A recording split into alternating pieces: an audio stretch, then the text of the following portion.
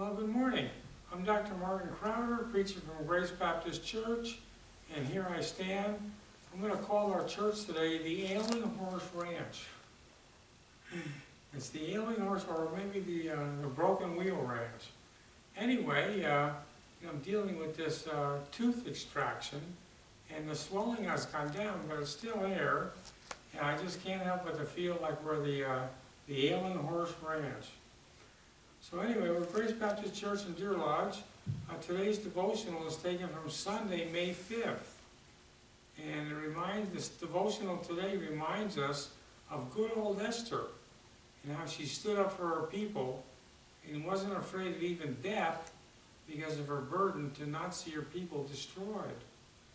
And that's kind of the burden we have to have for unbelievers. You know, we want to see them saved at the expense of our own life so they don't end up being destroyed, but also for God's people, for Christians, that we stand up for them when they're threatened too.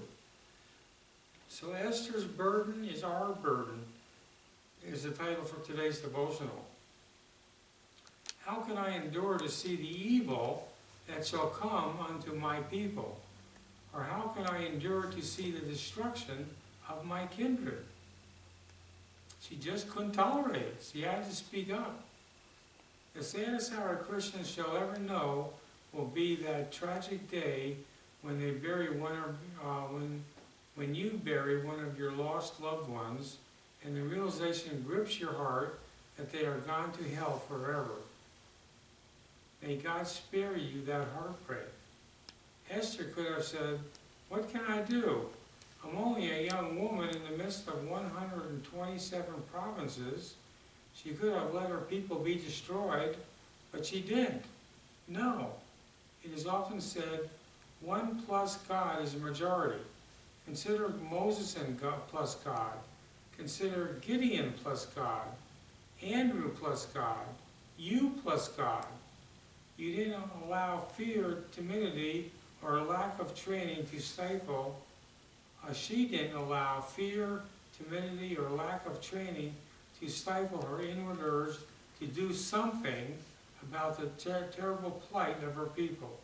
She said, "How can I endure to see the destruction of my kindred?" There are three tremendous thoughts which burdened my soul when I met upon this text.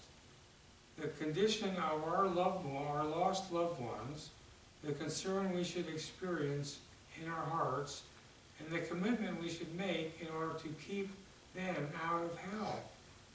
You just don't sit around on the couch and just let days go by. You have a burden for them. You share the burden. You really encourage them to get right. We will never do much about them until we are gripped with the awful reality of their condition. We must not let our love for them, or their love for us, or their kindness to us, obscure our spiritual vision in the matter. We must see them as they are, lost, undone, unclean, and hellbound. May God burden your heart evermore. And you know what's interesting? When I watched my dad work all those years in the tree business, when he showed up on the job to do tree work for a homeowner, his thoughts were galvanized about the work, about what trees needed to be pruned, how to prune them, what men to send up which tree, and when things are in operation and things are moving along and he was on the property, he didn't relax and think about other things. His mind was on his work. And that's something that when you're doing dangerous work, you have to have your mind just focused on it. And, I was talking to a waitress yesterday during lunch, and I noticed when she works as a waitress, she's different than all the other waitresses. And her mind is galvanized on her work. She waits on the people and she thinks what they may need next. And she's always thinking about the work that's in front of her. And that's a very safe thing.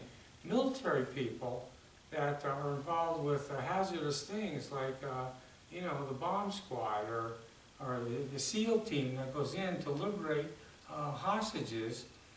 When that SEAL team goes in to liberate hostages, they are 100% thinking about the mission before them.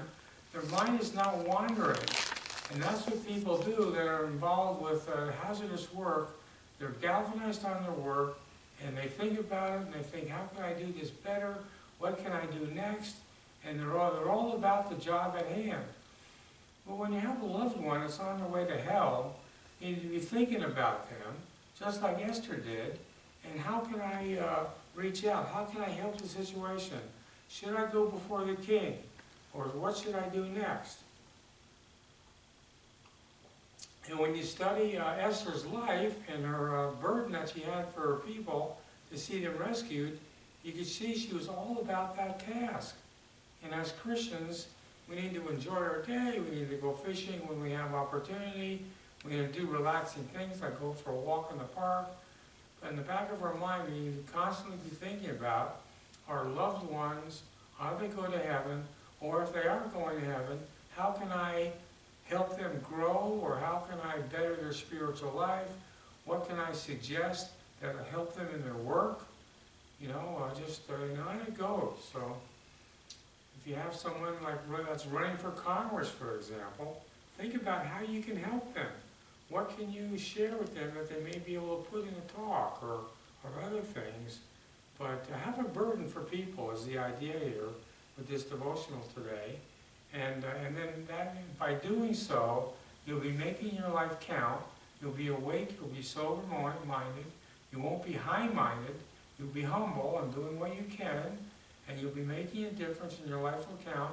And then after you pass away, the memory of you and how much you cared about others will go on for generations. People talk about you and remember you like we do with other loved ones that have gone before. And we noticed how loving and kind they were, and how much they cared about us, and how much they thought about how they could make our day better, or more support our work, or make sure we had the right vitamins for our health, or whatever it happened to be. But it's a very kind thing if you can be a person like that. And when you are like that, you really stand out. So that's a devotional for today. Make your life count for the Lord, and be all about other people.